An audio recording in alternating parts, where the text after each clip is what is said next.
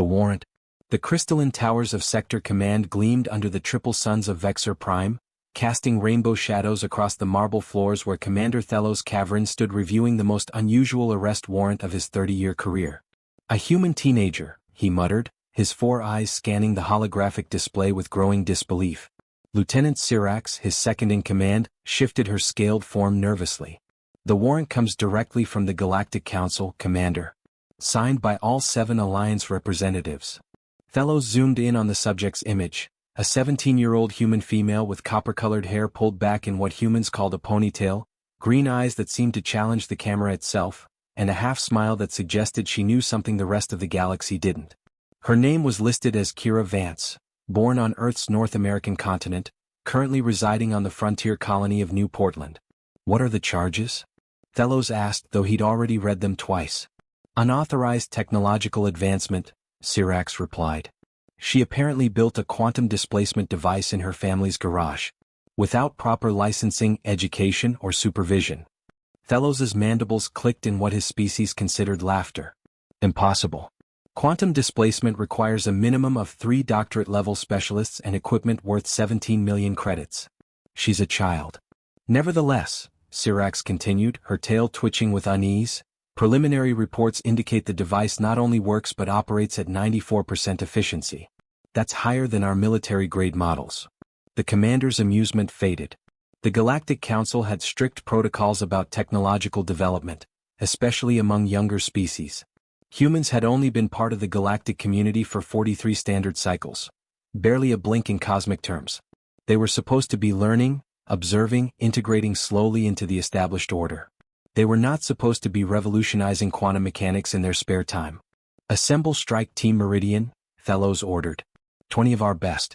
Full tactical gear but non-lethal protocols only. We're dealing with a minor after all. Within the hour, Strike Team Meridian stood in the briefing room, an elite collection of soldiers from across the Alliance. There was Drex, a hulking Kryvon warrior whose armor-plated hide could withstand plasma fire. Beside him stood Yila and Nex, twin Zafrani scouts whose speed and agility were legendary. The team also included Gorath, a massive Thoraxian whose 4 arms could each carry enough firepower to level a building. Target is a single human female, Thelos began, displaying Kira's image on the main screen. Age 17 by Earth standards. No combat training on record. No weapons permits. She should present minimal resistance. Drex snorted, a sound like grinding rocks. 20 of us for 1 human child? This is insulting. Protocol, Thelos replied sharply. The Council wants this handled by the book. We go in, we extract the subject, we secure the device. Clean and simple. Caldrix, what's the tactical assessment of the residents? Caldrix, the team's intelligence officer whose cybernetic enhancements glowed softly blue, manipulated the holographic display. A modest 2-story dwelling appeared, surrounded by what humans called a yard, an archaic waste of space for decorative vegetation. Standard human dwelling. 2 entry points, front and rear. Windows on both floors. Basement level where the illegal device is presumably located. The subject's parents are currently off-world on business, and surveillance indicates she's alone. Perfect, Thelos said. We deploy at dawn local time. That's when humans are typically at their groggiest. It's a biological vulnerability related to their single-sun evolutionary origin. Questions? Yila raised a clawed hand. Commander, the file mentions the subject has a peculiar aptitude for improvisation. What does that mean? Thelos waved dismissively. Human creativity. They're known for unconventional thinking. It makes them decent artists and engineers, but it's not a tactical advantage. Stay alert, follow protocol, and this will be over before breakfast. The team dispersed to prepare, leaving Thelos alone with Syrax. You have concerns? He observed. Syrax's membrane flickered, her species equivalent of a worried frown. Commander, I've been reviewing Earth's historical records. Humans have a pattern when cornered. They don't react as predictably as other species. Noted, Thelos replied. But we're not cornering a warrior or a desperate criminal. We're arresting a teenager who got too clever with her hobby project. The Galactic Council wants to educate her, not harm her. This is a legal matter, not a military operation. Then why send Strike Team Meridian? Was a good question. Thelos had been wondering the same thing. The warrant had been oddly insistent about deploying overwhelming force, about taking every precaution, about not underestimating the subject despite her age and apparent harmlessness. Because, he said finally, the Council doesn't want to take chances. Quantum displacement technology in the wrong hands could destabilize trade routes, military positions, even planetary defenses. If this Kira Vance has truly cracked the quantum code, she's sitting on something more dangerous than any weapon. And if she resists? Fellows looked again at that half-smile in the photograph. She's 17, Sirax. What's she going to do? The approach. Dawn broke over New Portland with the gentle amber glow characteristic of K-class stars. The colony world had been terraformed only 20 years ago, and still smelled faintly of the chemical catalysts used to convert the atmosphere to something breathable for the various species now calling it home. Strike Team Meridian approached the Vance residents in 3 groups, their stealth fields bending light around their forms like water around stones. Drex led Alpha Squad to the front entrance, while Yila and Nex took their Zafrani reflexes to the rear. Goratha's heavy weapons team positioned themselves at strategic points around the perimeter, ready to provide support if, somehow, things went wrong. Commander Thelos monitored from the command shuttle hovering 3 kilometers above, watching through the helmet cameras of his team. All units in position, Caldrix reported, her cybernetic eye glowing as she scanned the building. Thermal imaging shows a single human-sized heat signature in the basement. No other life signs detected. No automated defenses visible. Phase 1, Thelos ordered. Infiltration teams breach on my mark. Remember, non-lethal force only. We want her conscious and cooperative. Drex positioned himself before the front door, his armor's tactical display analyzing the locking mechanism. Primitive by galactic standards. A simple electronic lock that his override tool cracked in 2.3 seconds. Almost insulting, he muttered to his squad mates. My offspring could breach this. He pushed the door open slowly, weapon raised, scanning for threats. The interior was exactly what he'd expected, cluttered with human domesticity. Something called family photos on the walls, furniture designed for comfort rather than efficiency, a distinct lack of protective barriers or tactical positions. Alpha Team interior clear. Moving to basement access. Behind him, specialists Renvik and Zora fanned out, their scanning equipment searching for booby traps or hidden defenses. They found nothing but typical human chaos, discarded clothing, entertainment devices, half-consumed beverages and containers. At the back of the house, Yila's twin antennae twitched as she processed sensory data at superhuman speed. Beta Team rear entrance secured. No resistance encountered. These humans really do sleep through everything. But as Alpha Team descended the basement stairs, Drex felt the first twinge of unease. The air down here hummed with energy, not the gentle throb of standard electronics but something deeper, more complex. The walls were covered in what appeared to be technical drawings, mathematical equations that made his tactical computer stutter trying to parse them. And in the center of the basement, surrounded by a nest of cables, circuit boards, and components that looked like they'd been salvaged from a dozen different technologies, sat the quantum displacement device. Except it wasn't just sitting there. It was active. Command, we have a situation, Drex reported. The device is operational. Repeat, the device is. Hello, boys, came a voice from everywhere and nowhere at once. The lights went out. Emergency illumination kicked in from the soldiers' helmets, casting eerie shadows across the basement. Drex's tactical display flashed warning symbols. Contact. Movement detected. Renvik shouted, spinning toward nothing. A high-pitched whine filled the air, and suddenly Drex felt his weapon yanked from his hands by an invisible force. It clattered against the far wall. Around him, his team members experienced the same phenomenon. Their weapons, their equipment, even their communication devices ripped away by localized electromagnetic pulses. Fascinating, the voice continued, and now Drex could see her, Kira Vance, standing calmly beside a control panel that definitely hadn't been there a moment ago. Or had it? His spatial recognition software was giving him contradictory readings. You're using Haravian-class combat armor, but you've integrated Zerillian shield generators. Clever. Inefficient power distribution, though. I could fix that for you. Kira Vance, Drex growled, his species' natural armor plating enough protection without the technology. You are under arrest by order of the Galactic Council. Surrender immediately and this will go easier for you. The teenager tilted her head, her ponytail swaying. Define easier. Because from my perspective, 20 armed soldiers breaking into my house seems pretty hard already. We have a warrant. Oh, I know about the warrant. Kira tapped something on her control panel, and a holographic copy of the very document Thelos had reviewed appeared in the air between them. Unauthorized technological advancement. Pretty vague charge, don't you think? I mean, I didn't steal anything. I didn't hurt anyone. I just built something cool. You violated 17 different technological restriction treaties. Caldrix's voice came through Drex's emergency comm, the only system still functioning. That device could what? Make your trade routes obsolete? Democratize space travel? Give less advanced species a fighting chance? Kira's green eyes flashed. Yeah, I read the treaties too. They're basically a way to keep young species in their place. Keep them dependent. Keep them buying your technology instead of developing their own. Drex charged. It was a tactical error born of frustration, and he knew it even as his legs propelled him forward. But his combat training included protocols for dealing with technologists. You close the distance before they can activate their defenses. He made it exactly 3 steps before the floor beneath him folded. That was the only way his mind could process it.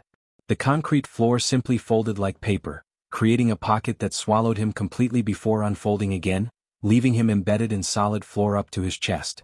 Localized spatial compression, Kira explained cheerfully. Don't worry, it's perfectly safe. Uncomfortable but safe. Your armor will protect you from any structural damage. Beta team, converge on basement. Alpha team is compromised. Yila's voice came through the comm. Oh, they're coming, Kira said, glancing at a display only she could see. They've been trying to come for the last 6 minutes. That's impossible, Renvik said. We've only been down here for 2. He stopped, his chronometer showing 1 time while his biological sense insisted on another. Localized temporal dilation, Kira said. Not true time travel, that's still theoretical. But I can make time move differently in different spaces. Your friends outside think they're running toward the house at normal speed. From their perspective they are. But from our perspective they're moving through molasses. Above, in the command shuttle, Thelos watched his carefully planned operation dissolve into chaos. His tactical display showed Beta team frozen in mid-stride, their movements glacially slow. Goritha's heavy weapons team was trying to breach the walls, but their plasma cutters were taking impossibly long to make even microscopic progress. And in the basement, his Alpha team was completely neutralized by a 17-year-old with a homemade device. Syrax, he said quietly. Activate contingency protocol Delta. We're going in. Escalation. Commander Thelos descended through the atmosphere in his personal combat drop pod, designed for exactly these kinds of situations, when conventional forces proved insufficient and command needed to take direct action. Around him, 5 more pods fell like meteors, each carrying a senior officer from Sector Command's elite guard. This is embarrassing, Captain Merrix muttered over the command channel. His species, the Volturi, prided themselves on never requiring backup. 20 against 1 and we need reinforcements? We need answers, Thelos corrected. The situation has evolved beyond simple arrest procedures. The pods hit Earth simultaneously, their impact dampeners turning what should have been crater-forming crashes into gentle thuds. Thelos emerged first, his command-grade armor gleaming with integrated technology that cost more than most planetary defense systems. The house stood before them, looking deceptively normal in the early morning light. Except for the obvious shimmer in the air around it, a field of some kind distorting light and sensor readings. Caldrix, analysis? Unknown energy signature, Commander. Even the intelligence officer's usually calm voice carried an edge of uncertainty. It's not matching any database entries. It's like she's invented a completely new type of field generation. Of course she has, Thelos muttered. He activated his armor's communication override, a powerful broadcast system that could punch through most forms of interference. Kira Vance, this is Commander Thelos Cavern of Galactic Sector Command. Your house is surrounded by 31 military personnel. Release my soldiers and surrender yourself immediately. You cannot win this confrontation. For a long moment there was only silence. Then a speaker, a crude human audio device, crackled to life somewhere on the house's exterior. Can't win? Kira's voice emerged, sounding genuinely curious. Commander, I'm not trying to win. I'm trying to make a point. What point would that be? That your treaties are stupid. That your restrictions are arbitrary. And that humans are a lot more capable than you give us credit for. Thelos felt his mandibles tighten. Release my soldiers. They're fine. Uncomfortable but fine. And they'll be released as soon as you agree to have an actual conversation instead of treating me like a criminal. Captain Merrix stepped forward, his plasma rifle charging. Commander, permission to breach. Negative. Stand down. Thelos studied the house, running tactical simulations through his armor's computer. Every scenario ended the same way. Unknown variables made success probability impossible to calculate. He'd been in combat for 30 years. He'd fought on 17 different worlds against enemies that ranged from hive-minded insectoids to rogue AI fleets. He'd never felt as tactically blind as he did facing a suburban house on a colony world. Kira Vance, he tried again, I understand your frustration with the treaties, but they exist for good reasons. Quantum displacement technology is dangerous. In the wrong hands. Define wrong hands, Kira interrupted. Because from where I'm standing, their right hands are the ones who want to keep everyone else dependent and controlled. You realize the Galactic Council uses this same technology for their own ships, right? But they charge colony worlds like mine 100,000 credits per jump. Do you know what that does to frontier economies? Actually, Thelos didn't. Economics wasn't his domain. My mom, Kira continued, works 3 jobs to afford the transportation costs to visit her family on Earth. 3 jobs. Because your council won't let us build our own jump gates. Won't let us develop our own displacement drives. Won't even share the education necessary to understand the technology. You want to keep us buying your services forever. That's not, Thelos started but paused. Was it untrue? He'd never questioned the treaties before. They were simply the law, the framework that kept galactic civilization stable and safe. My device, Kira said, could be built for about 2,000 credits in materials. I could teach the process to anyone with basic mechanical skills. Imagine what that would mean for frontier worlds. For trade. For freedom of movement. And for military applications, Captain Merricks interjected. Do you have any idea what a terrorist cell could do with portable quantum displacement? They could teleport bombs into government buildings, assassinate protected leaders, steal from sealed vaults. They could also evacuate disaster zones, Kira shot back. Provide emergency medical transport. Create instant supply lines to refugee camps. Technology isn't good or evil, Captain. It's what you do with it. In the basement of the house, Drex had finally managed to free himself from the folded floor, though it had taken him the better part of an hour.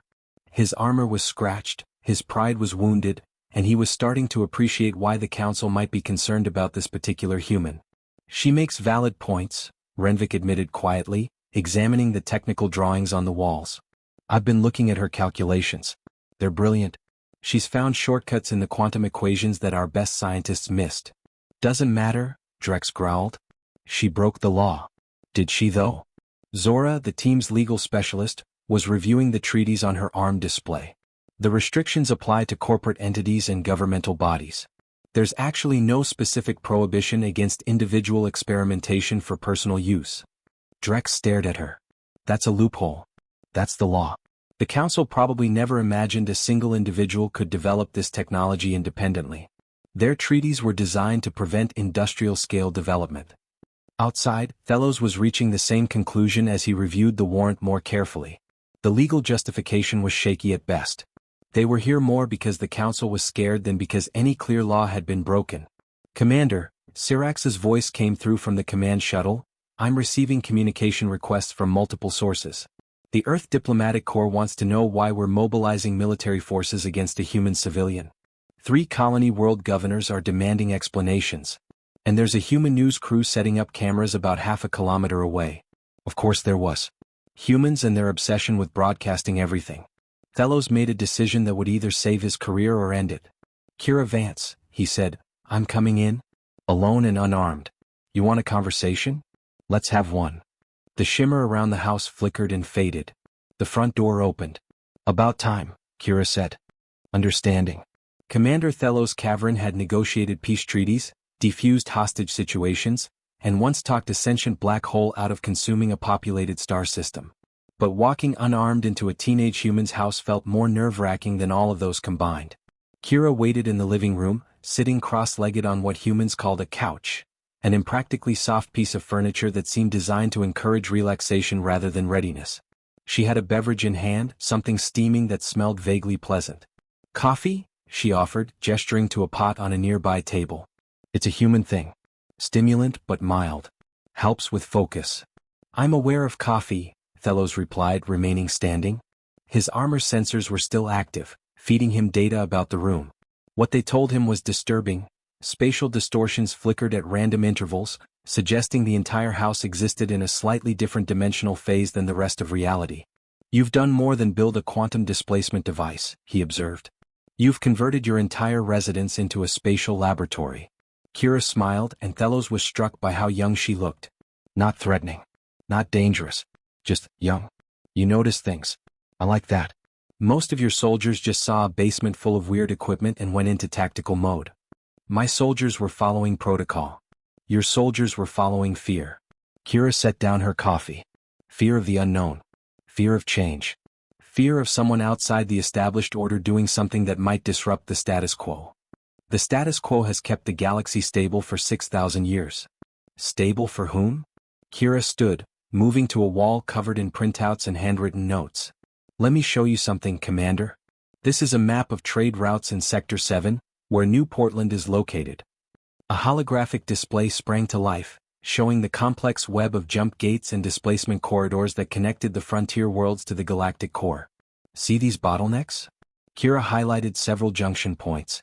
"Every ship traveling through these sectors has to pass through Council-controlled gates, which means the Council controls every aspect of commerce, movement and communication for 57 colony worlds. If you want to visit your family, you pay. If you want to ship goods, you pay. If you want emergency medical transport, you pay premium rates." Thelos examined the map. He'd seen similar displays countless times but had never thought about them from this perspective. "The Council doesn't set those rates for profit," he argued. "The fees maintain the infrastructure. Jump gates require enormous energy and constant maintenance." "Your jump gates do," Kira agreed, "because they're based on 60-year-old technology that was never optimized for efficiency. Look." She pulled up another display, this one showing technical specifications that made Thelos's translator software struggle with the advanced mathematics.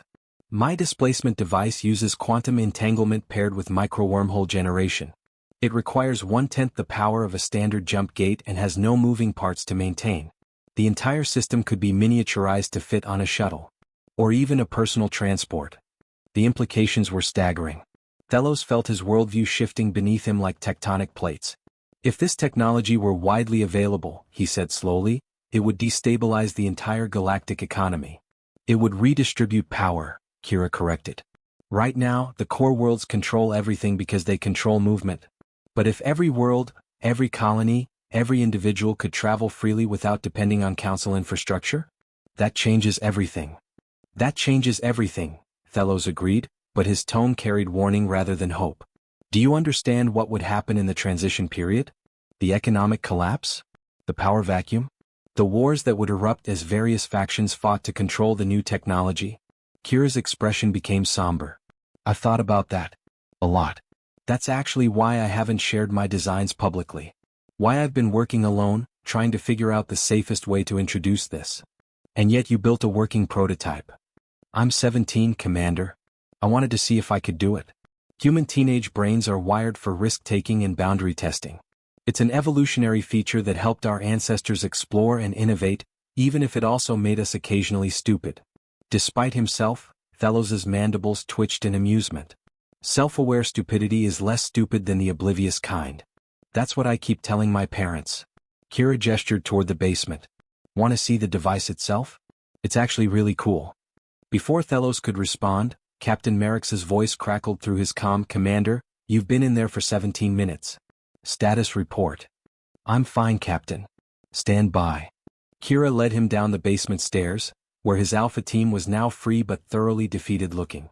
Drex gave Thelos a nod that somehow conveyed both respect and embarrassment.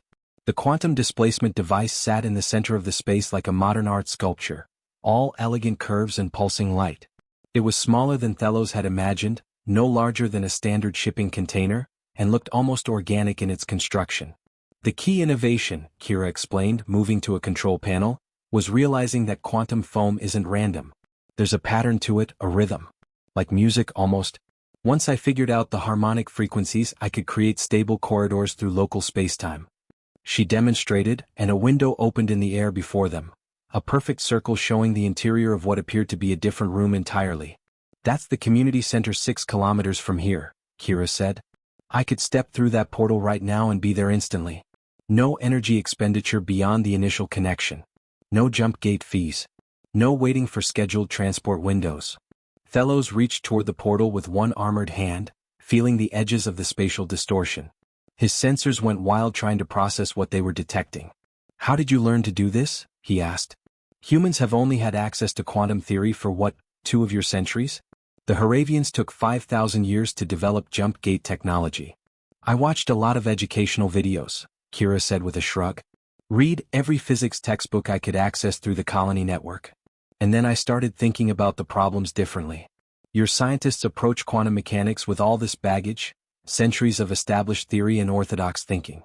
I approached it fresh, asking dumb questions that nobody asks anymore because they think they already know the answers. What kind of questions? Like, why does everyone assume quantum entanglement can't be scaled up? Or, what if spacetime isn't actually a fabric but more like a fluid? Or my favorite, what if we're making this way more complicated than it needs to be? Renvik, listening from across the room, laughed. That last one. Every advanced physics professor in the galaxy would have a heart attack hearing that. Exactly. Kira grinned. Everyone's so invested in the complexity that they miss the elegant simplicity underneath.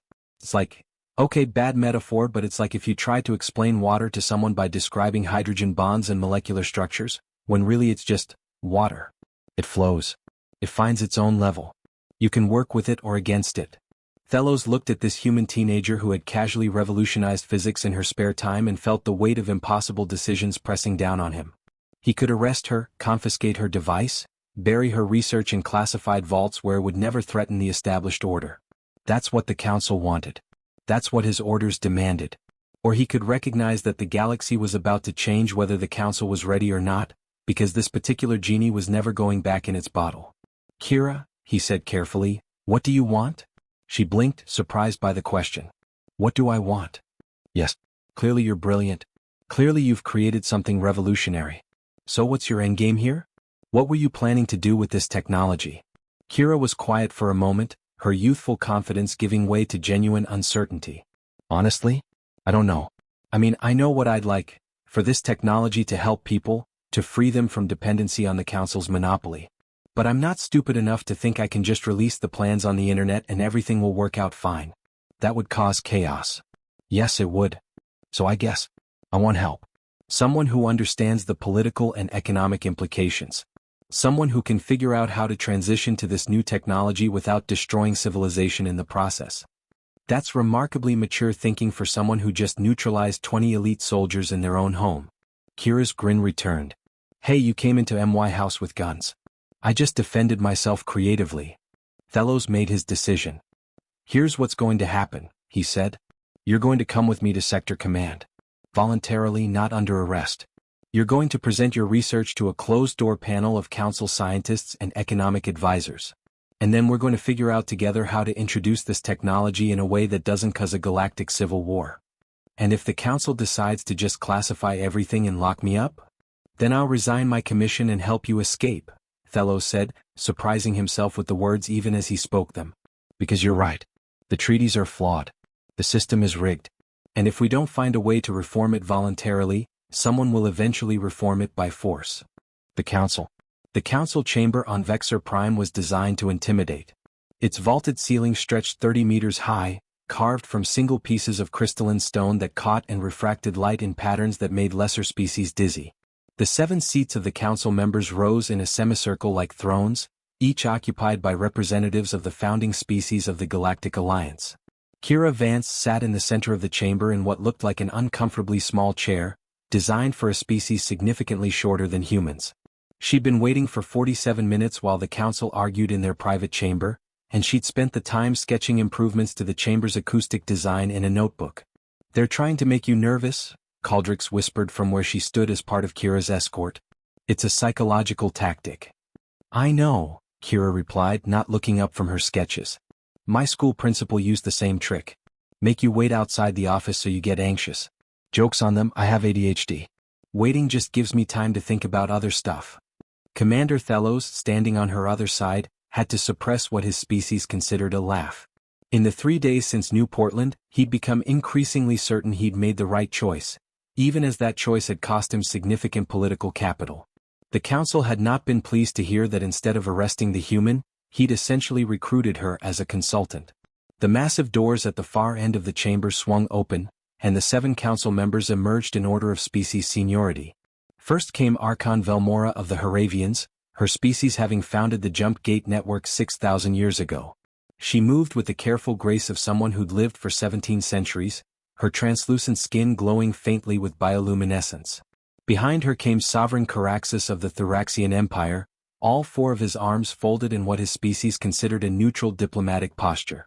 Then the others: Primus Selene of the Xerillians, Matriarch Yixtal of the Zafrani Collective, High Arbiter Thrawn of the Volturi Assembly, Chancellor Meraxes of the Kryvon Dominion, and finally Ambassador Silvari, representing the youngest council member species, the Luminari, who'd only joined 300 years ago.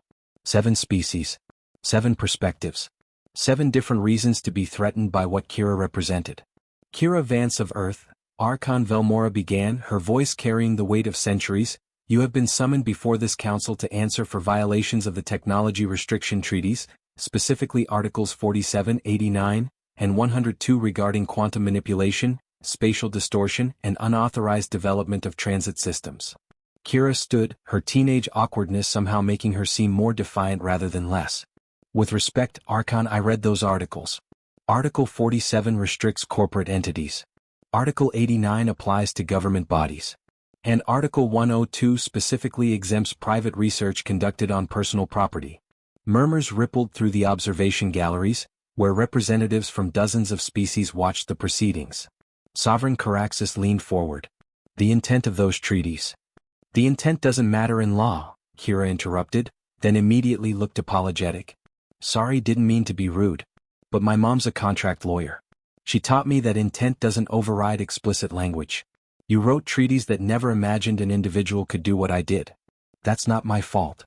Regardless of legal technicalities, Matriarch Yixtal interjected, her twin antennae vibrating with agitation. You have developed technology that threatens the stability of galactic civilization. That cannot be permitted. Can't be permitted? Kira's voice rose. Or you don't want to permit it because it threatens your control. There's a difference. Control? High Arbiter Thrawn's voice carried icy precision. We maintain order, child. We prevent the chaos that would emerge from unlimited access to dangerous technologies. You maintain monopolies, Kira shot back. My colony pays 17% of its total GDP in transit fees. 17%. Do you know what we could do with that money? Build schools. Develop agriculture. Actually thrive instead of just surviving. But we can't, because you've made yourselves gatekeepers of the only way to move through space efficiently. Chancellor Meraxes, who'd been silent until now, spoke with surprising gentleness. Young human, I understand your frustration. But consider the consequences if your technology were widely distributed. Pirates could strike any target without warning. Terrorists could bypass all security measures. Wars that currently require massive logistics could become instant and total. Those things are already possible, Kira argued. Rich people can already afford personal jump ships. Military forces already have rapid deployment. The only people who can't move freely are regular citizens in frontier worlds. You've created a system where freedom of movement is a luxury instead of a right. Because unlimited movement would be chaos. Archon Velmora's voice finally showed emotion. We learned this lesson 6 millennia ago. When the first jump gates were developed, every species tried to control the technology. The resulting conflicts lasted 3 centuries and cost billions of lives. The treaties exist to prevent that from ever happening again. Kira took a breath, visibly calming herself. Okay, that's fair. That's actually a really good point. But consider this. What if the problem wasn't the technology but how it was introduced? You had multiple species all trying to monopolize jump gates. What if, instead, the technology had been shared openly from the beginning? Then the strongest would have dominated the weakest even faster, Primus Selene said. Technology amplifies existing power structures. It can also democratize them, Kira countered. Look at human history. When information was controlled by a few, religious leaders, governments, wealthy elites, you had tyranny. When information became freely accessible through things like the printing press and the internet, you got explosive growth in education, innovation, and freedom. Yeah, you also got problems. But on balance, democratization of knowledge made humanity better off. Information and transportation are not equivalent, Ambassador Silvari noted. Aren't they? Kira challenged. Both are fundamentally about access. About who gets to participate in civilization and who gets left behind. Fellows, watching from his position, realized that the council was genuinely struggling with Kira's arguments. Not because they were wrong but because they were right in uncomfortable ways. The treaties had created a system that favored established power structures. The council did control galactic civilization through their monopoly on efficient transportation. The question was whether they were willing to admit it, and if so, what they were willing to do about it. Archon Velmora was silent for a long moment, consulting privately with the other council members through neural links. When she spoke again, her tone had shifted from accusatory to contemplative. Kira Vance, you are either remarkably naive or remarkably wise, and I find myself uncertain which. What you're proposing, free access to quantum displacement technology, would indeed democratize movement throughout the galaxy. It would also potentially destabilize every existing government, economy, and power structure. The transition period alone could be catastrophic. I know, Kira said quietly. That's why I haven't just posted my designs on the galactic internet. I'm not stupid, Archon. I know that change this big needs to be managed carefully. But it also needs to happen. Your current system isn't sustainable. Eventually, someone else will figure out what I figured out. And when they do, they might not be as careful about introducing it. That sounds remarkably like a threat, Sovereign Caraxus rumbled. It's a prediction, Kira corrected. Science advances. You can't stop it. You can only decide whether you're going to participate in managing that advancement or get swept away by it. Matriarch Yixtal's antennae drooped, her species' expression of reluctant agreement. The child has a point. We've been delaying the inevitable by restricting research rather than guiding it. So what do you propose? High Arbiter Thrawn asked, directing the question at Kira. What solution do you envision that allows for controlled introduction of this technology? Kira glanced at Thelos, who gave her an encouraging nod. A phased rollout, she said. Start with humanitarian applications. Emergency medical transport, disaster relief, rescue operations. Prove the technology's value in saving lives. Meanwhile, establish an open research consortium where scientists from all species can study and improve the designs. Make the technology available but regulated, kind of like nuclear energy on Earth. Useful and accessible but with safeguards. And who would regulate this technology? Chancellor Meraxes asked. Not you, Kira said bluntly. With respect, the Council has a conflict of interest. Your power base relies on the current system. You need an independent body, maybe representatives from colony worlds, frontier settlements, and younger species who have the most to gain from democratized transportation. The Council chamber erupted in noise, representatives in the galleries arguing with each other, Council members conferring urgently. Fellows watched it all with the growing realization that regardless of what was decided here today, the galaxy had just reached an inflection point. A 17-year-old human in a too-small chair had just challenged the foundations of galactic civilization. And she was winning the argument. Revolution.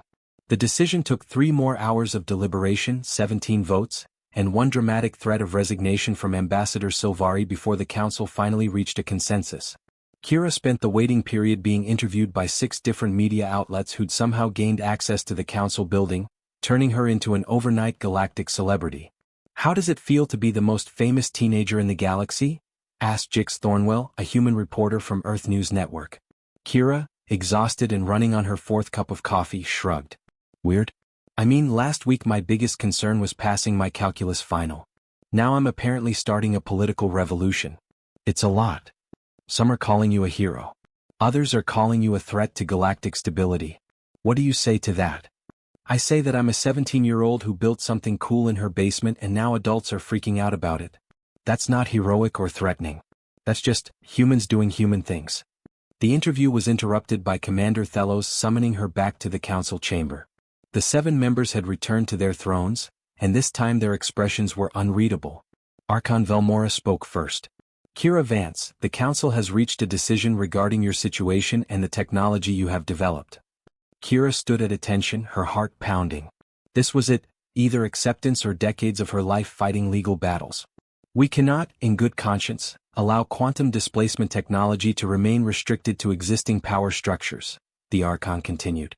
Your arguments, while frustratingly simplistic, have forced us to confront uncomfortable truths about the systems we've built and maintained. However, we also cannot simply release this technology without proper safeguards. Here it comes, Kira thought. The compromise that wasn't really a compromise. Therefore, Archon Velmora continued, the Council is establishing the Frontier Technology Initiative, an independent body charged with evaluating, developing, and democratically distributing emerging technologies.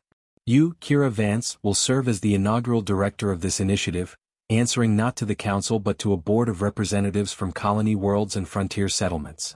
Kira's jaw dropped. Wait, what? You wanted responsibility for managing this transition, Sovereign Caraxes said with what might have been amusement. Congratulations. You have it. But I'm 17.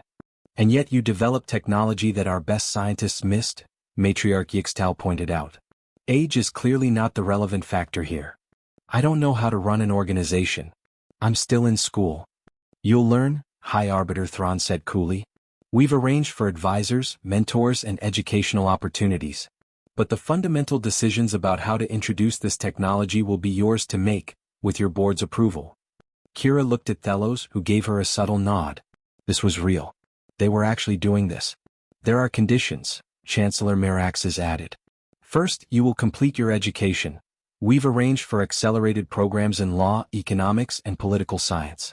Second, the technology rollout will be gradual, with strict protocols for each phase. Third, you will submit to regular oversight to ensure you're not abusing this position. And fourth, Ambassador Silvari said with something like warmth in her crystalline voice, you will accept a security detail. Because approximately 47 different interest groups are going to try to either recruit you, manipulate you, or eliminate you as a threat. Eliminate? Kira's voice squeaked. Welcome to galactic politics, Primus Selene said dryly. Try not to die. The next 6 months were a whirlwind. Kira moved from her modest home on New Portland to a research facility on Vexor Prime, though she insisted it be a public building rather than a secured compound. Her security detail, led by a very grumpy Drex who'd been voluntarily reassigned to make sure the human doesn't break the galaxy, became something like family. The Frontier Technology Initiative grew rapidly. Scientists from 73 different species applied to join the research consortium. Colony worlds sent representatives to the oversight board. And Kira's designs for the quantum displacement device were analyzed, improved, and prepared for controlled testing. You need to see this, Caldric said one morning, bursting into Kira's laboratory, a sprawling complex that made her basement workshop look like a child's playroom. She pulled up a holographic display showing adoption projections for the new technology. If we follow your phased rollout plan, we estimate it'll take 40 years to fully transition from the old system to the new one. But look at the projected economic impact. The numbers were staggering. Frontier world's GDP would triple within a decade. Transportation costs would drop by 90%. Medical response times would improve by orders of magnitude. And cultural exchange between distant worlds would become accessible to average citizens rather than just the wealthy. 40 years, Kira mused. I'll be 57 by the time it's complete. Assuming you survive the assassination attempts, Drex added cheerfully from where he was running security scans.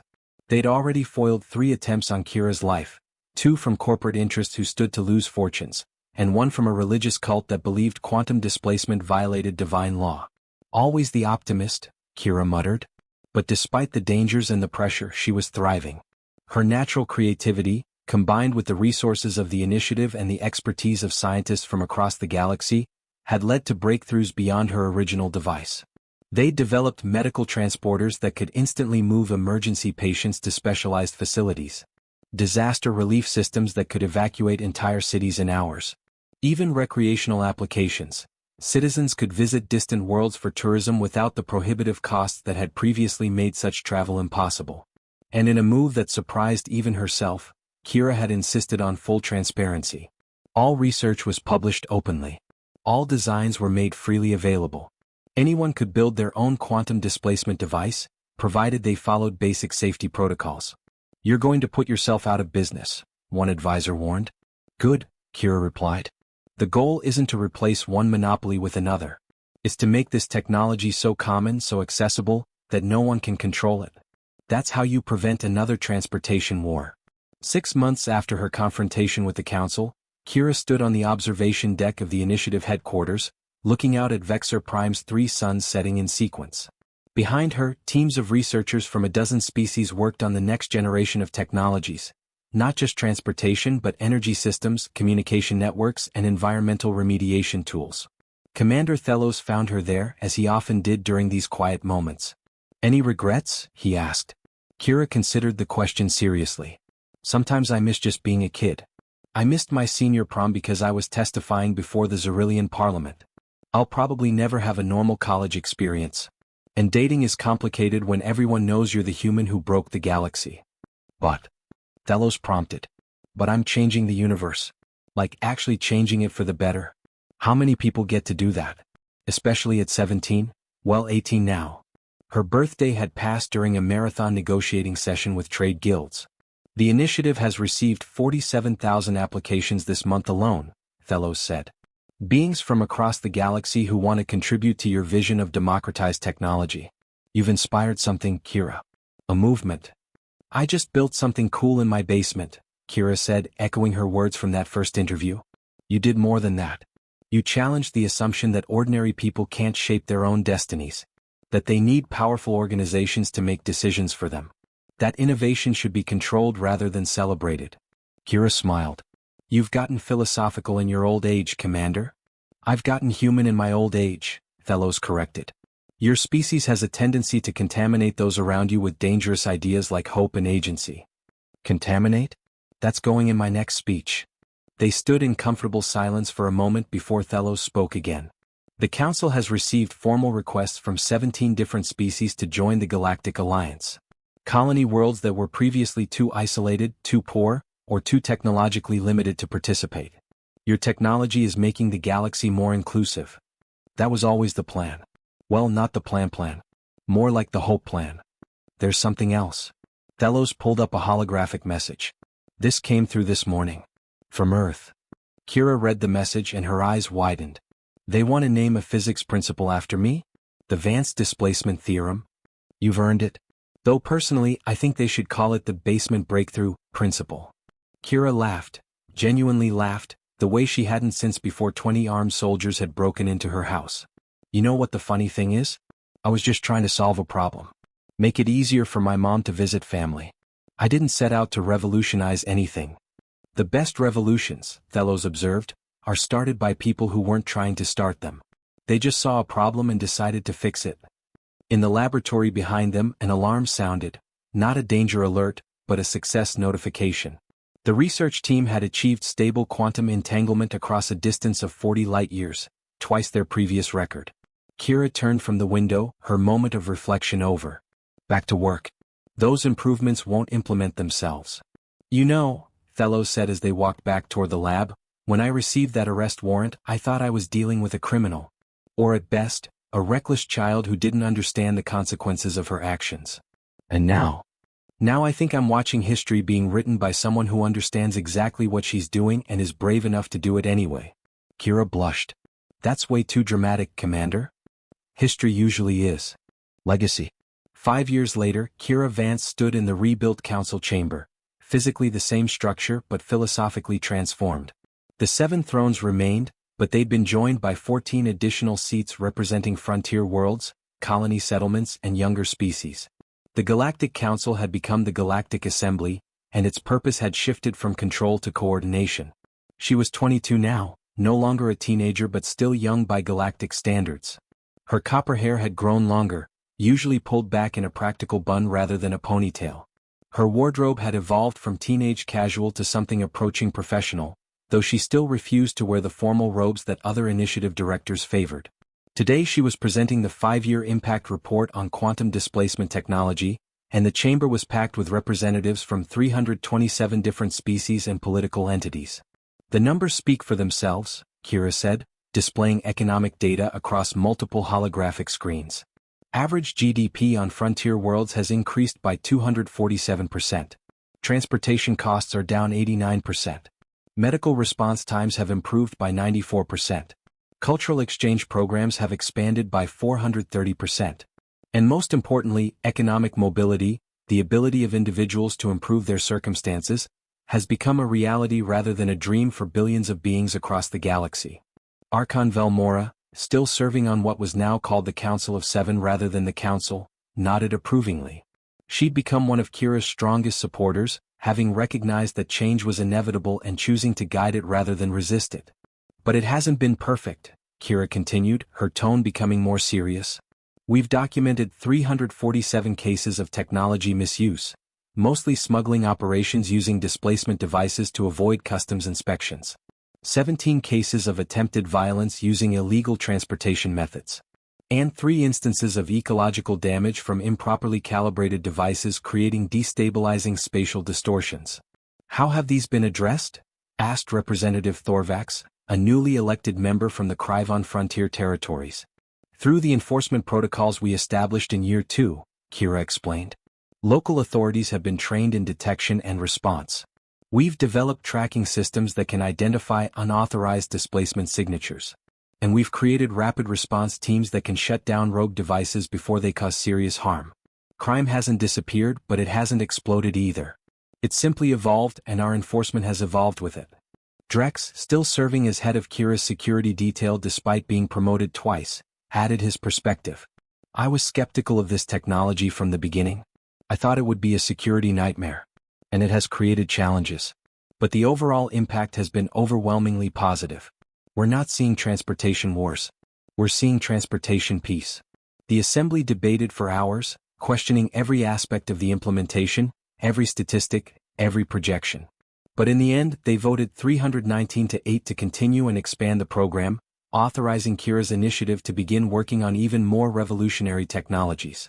After the session, Kira found herself on the same observation deck where she'd stood 5 years ago with Commander Thelos. He'd retired from active military service 2 years earlier and now served as a senior advisor to the initiative. You've changed the galaxy, he said, stating it as simple fact. We've changed the galaxy, Kira corrected. I just started the conversation. Thousands of people actually did the work. Don't diminish your role. That human tendency toward false modesty is endearing but inaccurate. Kira smiled. Okay, fine. I changed the galaxy. It feels weird to say out loud. It should feel weird. Most beings live their entire lives without making a fraction of the impact you've made in 5 years. And you're just getting started. Actually, Kira said, pulling up a message on her personal display, I'm thinking about slowing down. The initiative doesn't need me anymore. Not really. We have brilliant people running every department. Maybe it's time for me to step back. Go to college like a normal person. Try to have something resembling a life. Thelos studied her carefully. You're serious? I'm 22, Commander. I've been responsible for galactic-scale decisions since I was 17. I missed being a teenager because I was too busy being a revolutionary. I'd like to experience being a young adult before I wake up middle-aged and wonder where my life went. What would you study? I don't know. Maybe history. Or art. Something completely different from physics and engineering. Something that has nothing to do with changing the universe and everything to do with understanding it. The Council, sorry, the Assembly won't be pleased. The Assembly will survive. That's the whole point of democratization, right? No one person should be essential. Not me, not them, not anyone. The moment you become irreplaceable, you've built a system that's too fragile. Thelos's mandibles clicked in approval. Very wise. Very human. Is there a difference? Increasingly no. Your species has a way of spreading wisdom through proximity. It's quite remarkable. Kira looked out at Vexor Prime, now connected to 10,000 other worlds through the quantum displacement network she'd pioneered. Ships of every design imaginable moved through the orbital space. Personal transports, commercial freighters, research vessels, all utilizing technology that hadn't existed 5 years ago. Do you remember that first day? She asked. When your strike team broke into my house? Vividly. I've never been more embarrassed in my career. I was terrified, Kira admitted. I had no idea what I was doing. I'd prepared some basic defenses, but mostly I was winging it, hoping my improvisations would hold long enough for me to explain myself. You did more than explain yourself. You changed how I see the galaxy. How a lot of us see the galaxy. All because I wanted to help my mom afford to visit her family. History's biggest moments often start with the smallest motivations, Thelos observed. Someone wants to visit family. Someone else wants to feed their village. A third person just wants to solve an interesting puzzle. And suddenly the world, or galaxy, is different. A notification appeared on Kira's display. Another interview request, this time from a documentary team wanting to chronicle the transportation revolution for the Galactic Archives. You should do it, Thelos said, seeing her hesitate. Future generations should know how this started. should understand that revolutionary change doesn't require armies or governments. Sometimes it just requires a determined teenager with a basement laboratory and the courage to ask, why not? Kira accepted the request, then turned back to her former captor-turned-mentor-turned-friend. What about you? What will you do now that you're not spending all your time keeping me alive? I've been offered a position at the Diplomatic Institute, teaching strategy and negotiation. Apparently, my experience with you qualifies me as an expert in handling impossible situations. I prefer challenging situations. Of course you do. They stood together as Vexor Prime's 3 suns began their sequential sunset, painting the sky in colors that no single sun species had words for. In the distance, a displacement portal opened, a perfect circle of light that connected this world to another dozens of light years away.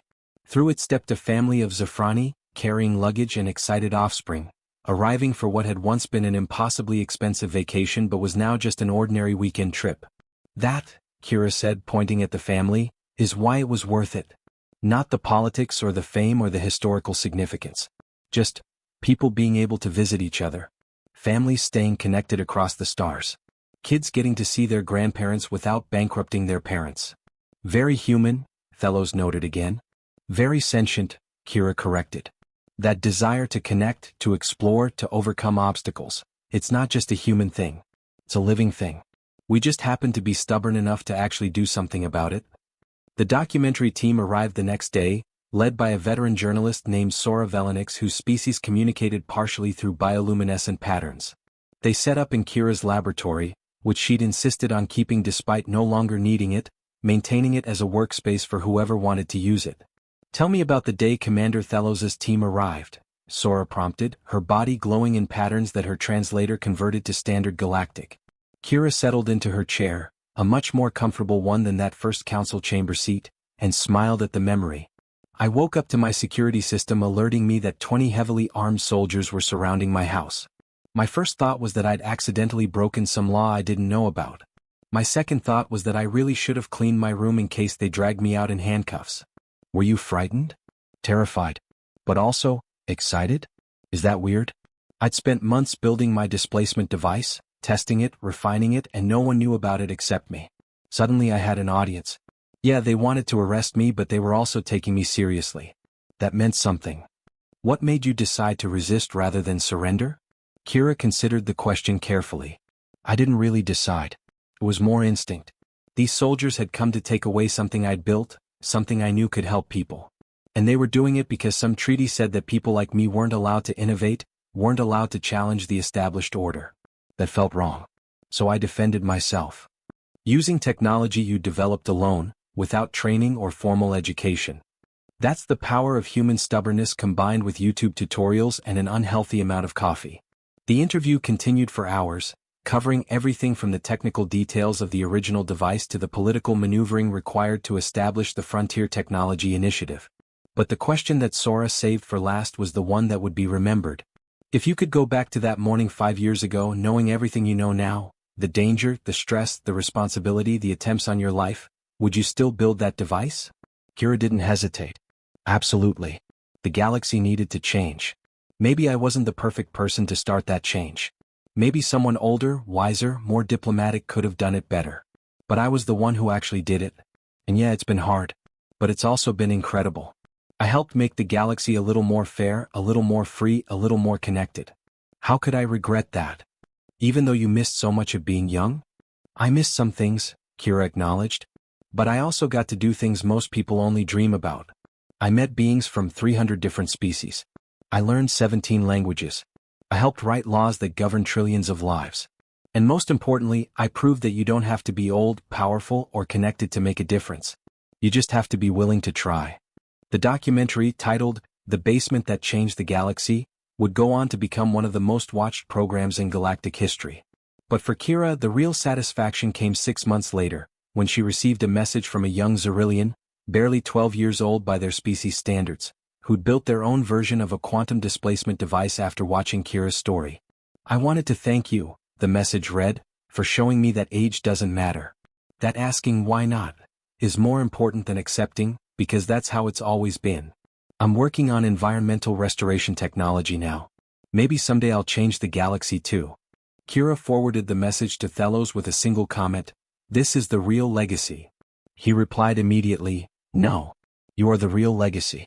That child is just the next chapter."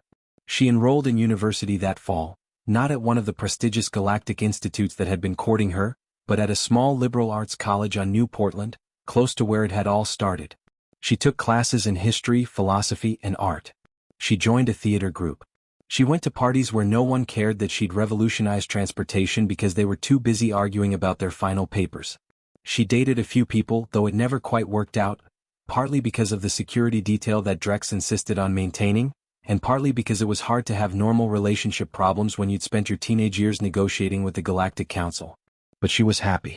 Not the triumphant happiness of accomplishment or the excited happiness of discovery, but the quiet, sustainable happiness of a life being lived rather than a legacy being built. 3 years after stepping down from the initiative's directorship, Kira received an invitation to return to Vexor Prime for a ceremony. The assembly wanted to formally recognize the 10th anniversary of quantum displacement technology going public. She almost declined. She'd been so careful about maintaining her distance, about letting the initiative thrive without her constant presence. But Thelos convinced her to attend. "Some ceremonies matter," he said. "This one does." The event was held not in the council chamber but in a public plaza where citizens from across the galaxy had gathered. Kira stood on a stage surrounded by the people who'd helped make the revolution real. Scientists, engineers, administrators, security personnel, and ordinary beings who'd simply believed in the vision. Representative Velenix, now serving as assembly chair, addressed the crowd. 10 years ago, a human teenager built something impossible in her basement and refused to accept that young people couldn't change the galaxy. Today, because of that refusal, we live in a fundamentally different universe. We are more connected, more prosperous, more free. And we owe that to someone who simply asked, "Why not?" The crowd cheered, hundreds of thousands of beings from hundreds of species, all celebrating a technology that had become so common, so ordinary, that most of them used it without thinking about where it came from. That, Kira realized, was the ultimate success. Her revolution had become normal. After the ceremony, as she prepared to return to New Portland and her ordinary college life, Drex approached her one last time. "I owe you an apology," the massive Kryvon said. Kira looked up at him. She still had to look up even after years of knowing him. "For what?" "For thinking you were a threat. For assuming that because you were young and human and unconventional, you couldn't possibly know what you were doing. I was wrong. You knew exactly what you were doing." "To be fair," Kira said with a grin, "I was making it up as I went along. But thank you. That means a lot." "Will you come back?" Drex asked. "To the initiative? We could always use your insight." Kira shook her head. "The initiative doesn't need me anymore. That's how I designed it. But maybe someday if there's another impossible problem that needs solving, you can call me. Until then, I'm exactly where I need to be, being a normal person living a normal life." "Nothing about you is normal, Kira Vance." "Maybe not.